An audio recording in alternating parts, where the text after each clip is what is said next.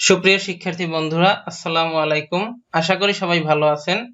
C programming এর video টিউটোরিয়ালে আপনাদের সবাইকে জানাচ্ছি স্বাগতম। আপনাদের সাথে আছি আমি তৌসিফ আহমেদ জিশান। তো আজকের টিউটোরিয়ালের এই পর্বে আমরা দেখব ডাটা টাইপ কি। সি প্রোগ্রামিং এ ডাটা টাইপ বলতে একটা জিনিস আছে যেটা খুবই গুরুত্বপূর্ণ একটা জিনিস। গত পর্বে আমরা ভেরিয়েবল নিয়ে আলোচনা করেছি, আজকের দেখব ডাটা টাইপ কি। তো চলুন দেখে আসি ডাটা টাইপ কি, কিভাবে ডাটা টাইপ ডিক্লেয়ার করে এবং লেখা হয়। ডাটা টাইপ, ডাটা রাখার টাইপ মানে কোনো ডাটা রাখার জন্য কি ধরনের ডাটা রাখা হবে, কোথায় কি ধরনের ডাটা রাখা হবে সেইটা আগে থেকে বলে রাখা বা কম্পিউটারকে নির্দেশ দিয়ে রাখার জন্য যে জিনিসটি ব্যবহৃত হয় তাকে বলা হয় ডাটা টাইপ। তো এর আগে আমরা ভেরিয়েবল নিয়ে আলোচনা করেছি। তো ভেরিয়েবল বলতে আমরা তখন বুঝেছিলাম ডাটা রাখার জন্য কোনো পাত্র বা কোনো স্থান, কিন্তু ডাটা টাইপটা কি। এখন ওইখানে আমরা দেখেছিলাম বিভিন্ন ধরনের পাত্র, যেমন এখানে দেখেন পানির পাত্র দেখেছিলাম, একটা ওয়াটার পট। এটা আসলে কি? এটা একটা পানির পাত্র। প্রথম কথা হলো এটা একটা পাত্র অথবা ভেরিয়েবল, তারপরে এটাকে আমরা নির্দিষ্ট করলাম এটা একটি পানির পাত্র। তাহলে এই পানির পাত্র এটা টাইপ, মানে এখানে এই ভেরিয়েবলের টাইপ হচ্ছে পানির পাত্র। তো এই ভেরিয়েবলের ভিতরে মানে এই পাত্রের ভিতরে আমরা যা রাখবো তা হচ্ছে কি? পানি। সেটা পানির পাত্রে এই নামটি দ্বারা আমরা নির্দিষ্ট করলাম। আবার দেখেন এটা একটা ভাতের বাটি,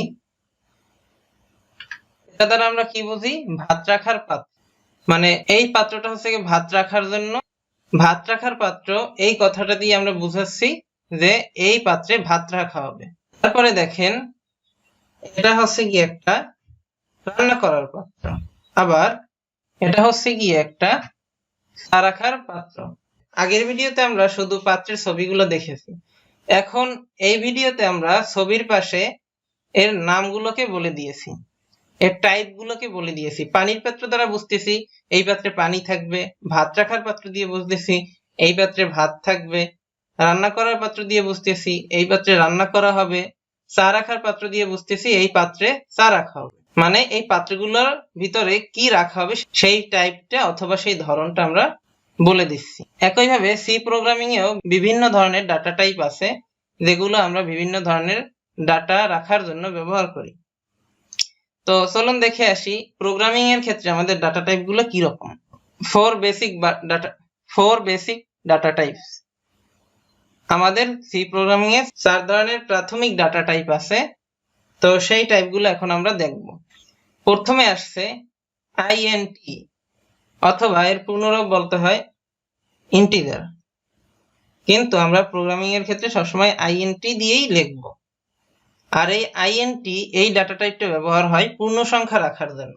আগেই বলেছি ডাটা টাইপ হচ্ছে গিয়া কি ধরনের ডাটা রাখা হবে সেই টাইপটা নির্ধারণ করার জন্য একটি কিওয়ার্ড।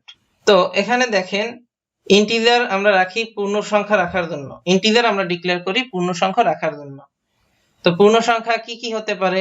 0 1 2 3 এরকমের 9 পর্যন্ত পূর্ণ সংখ্যা হতে পারে, অথবা 2টা 3টা সংখ্যা দ্বারা পূর্ণ সংখ্যা হতে পারে। তো প্রাথমিকভাবে এই 10টা পূর্ণ সংখ্যা আছে। আবার এই ইন্টিজার টাইপ ডাটার মেমরি হচ্ছে গিয়ে 4 বাইট।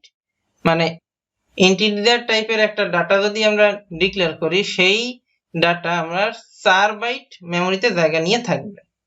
আবার তারপরে আমরা দেখি CHAR মানে ক্যারেক্টার রাখার জন্য এই ধরনের ডাটা টাইপ ব্যবহার করা হয়। এখানে সিটা অবশ্যই ছোট হাতের হবে, সব ডাটা টাইপের প্রতিটা অক্ষরই ছোট হাতের হবে। এখানে হয়তো ভুলক্রমে সিটা বড় হাতের হয়ে গেছে, আপনারা সিটা ছোট হাতের দিয়ে ডিক্লেয়ার করবেন। তো ক্যারেক্টার টাইপ রাখার জন্য এই ক্যারেক্টার ডাটা CHAR এর পূর্ণরূপ হচ্ছে ক্যারেক্টার, এটি ব্যবহার করা হয় ক্যারেক্টার রাখার জন্য। তো ক্যারেক্টার কি? আমরা ABCD থেকে Z পর্যন্ত যে লেটারগুলো ব্যবহার করি সেই লেটার প্রতিটা এক একটা ক্যারেক্টার। আর এই ক্যারেক্টার টাইপ ডাটা রাখার জন্য আমার জায়গার প্রয়োজন হবে 1 বাইট। তারপরে আমরা পরিচিত হব ফ্লোট বা ভগ্নাংশ রাখার জন্য। তো ভগ্নাংশ মানে কি? ভগ্নাংশ মানে হচ্ছে দশমিক থাকবে। তো দশমিক ভগ্নাংশ রাখার জন্য আমরা যেই ডাটা টাইপ ব্যবহার করি সেটা হচ্ছে ফ্লোট, এবং এই ফ্লোটের জন্য আমাদের মেমরি লাগে 4 বাইট। তারপরে আমরা পরিচিত হব ডাবল নামের একটি ডাটা টাইপের সাথে। এটা ওই ফ্লোটের মতন সেম, ভগ্নাংশ রাখার জন্য ব্যবহার হয়। এক্সাম্পলও দেখেন একই আছে, কিন্তু এই দুইটা ডাটা টাইপের ভিতরে পার্থক্য হচ্ছে গিয়ে ফ্লোটের ক্ষেত্রে মেমরিতে জায়গা নিবে 4 বাইট এবং ডাবলের ক্ষেত্রে মেমরিতে জায়গা নিবে 8 বাইট। তো এই ছিল 4টি বেসিক ধরনের ডাটা টাইপ।